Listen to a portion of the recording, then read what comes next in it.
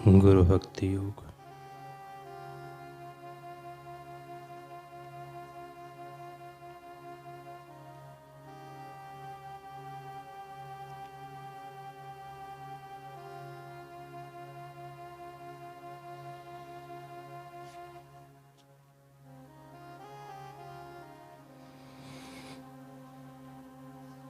गुरु की शरणागति में जाना, यही आत्म साक्षात्कार का मार्ग है।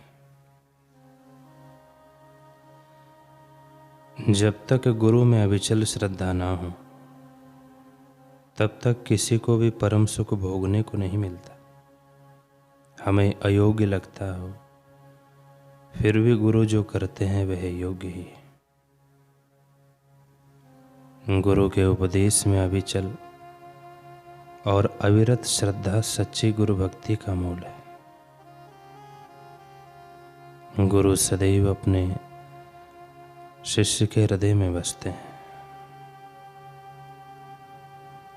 केवल गुरु ही अपने योग्य शिष्य को दिव्य प्रकाश दिखा सकते हैं।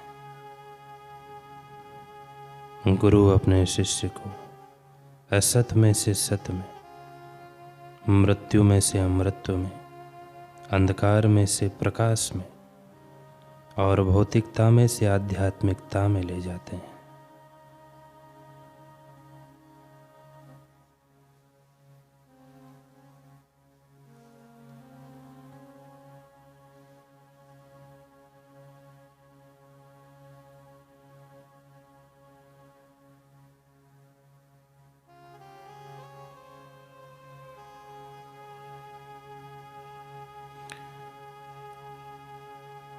शिष्यों की कौम में हमेशा एक फुसफुसाहट रही, एक सुख बुदाहट, एक संघर्ष, कुछ भी आप इसे कह लो, लेकिन हर शिष्य कभी न कभी इस अंतर्द्वंद से गुजरा है।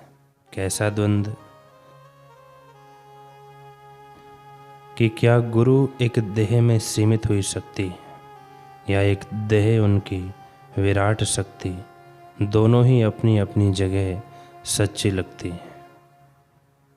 गुरु देह स्वरूप भी हैं, क्योंकि अगर वे देहधारी न होते तो हमारी आत्मा उनके साकार दर्शन पीहू पीहू क्यों करती।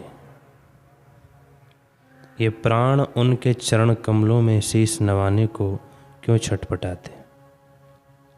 ये आँखें उनकी आँखों को पीने के लिए क्यों परेशान होती। ये कान उनकी वाणी की धुन सुनने को क्यों पगलाते। हाँ, मानना पड़ेगा कि गुरु एक देहधारी है, देह में सिमटा सबसे सुंदर व्यक्ति है। लेकिन अगर गुरु देहधारी है तो फिर देह तो एक ही होती है, एक स्थान पर, एक समय पर, एक ही लीला कर सकती है। फिर ये एक देह अनेक व्यक्त करेगी, दूरी की व्यवस्था को कहाँ हल हो सकता है। यही नहीं, देह तो मृत्यु धर्मा भी होती है, तो क्या गुरु का साथ भी मृत्यु का मोहताज है। क्या एक दिन काल उनको हमसे छीन कर ले जाएगा। सच में समस्या बड़ी जटिल है। गुरु को देह मानने या ना माने, आखिर गुरु का सच्चा स्वरूप क्या है। इसी पहेली का हल सुझा रही है एक ऐतिहासिक कथा। कहाँ चले गए मेरे गुरुदेव, योगानंद आत्मा के गहराइयों से रो रहे थे। उनके गुरु श्री युक्तेश्वर गिरि जी महाराज ने अपनी देह लीला समेट ली थी। योगानंद के भीतर मानो दर्द का ज्वालामुखी फूट चुका था, जिससे विरह के प्रचंड अंगारे छिटक रहे थे। बंगाल का वह क्रांतिकारी शेर अब नहीं रहा। मैं अब कैसे मान लूं? क्या मैं अब उन्हीं पुराने कभी श्रीरामपुर के आश्रम में चलते फिरते उन्हें नहीं देख सकूंगा? क्या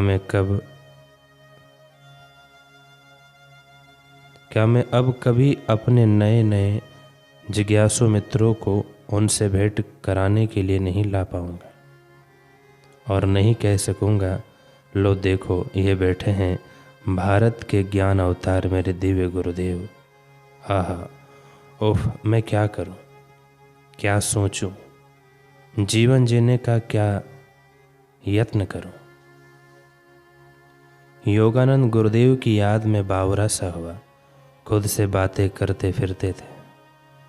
अपने कुर्ते की बाजुओं से कभी आंसू पोंछ रहे थे, कभी नाक का पानी। हे गुरुदेव, आपने कहा था कि हमारा साथ जन्मों जन्मों का है, फिर इस जन्म में ही साथ अधूरा क्यों छोड़ गए।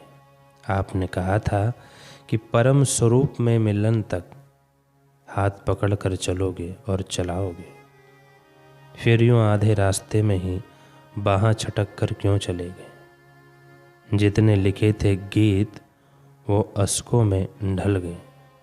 सब छोड़ देते हैं पर तुम भी अब अकेला छोड़ गए। छोड़ तो दिया है साथ मेरा राह ए इश्क पर, छोड़ तो दिया है साथ मेरा राह ए इश्क में, पर क्या होगा गर पाँव मेरे फिसल गए। जब तुम थे साथ तो धूप में भी सहारा था, तना हुआ तो शबनम में भी मेरे पाँव जल गए। कई दिन भावनाओं की लहरों में हिचकोले खाते हुए बह गए, लेकिन इन लहरों का उतार चढ़ाव नहीं था। आखिरकार योगानंद खुद को समझाने लगे कि मेरे दिव्य गुरु उस परम प्रेमी में एकाकार हो गए हैं। वे सनातन प्रकाश में विलीन हो चुके हैं, वे अमृत में समा चुके हैं। इसलिए दुख नहीं, आनंद मना योगानंद, आनंद मना। लेकिन सारे दिलासे धरे के धरे रह गए, दिल के टीस कम न हुई।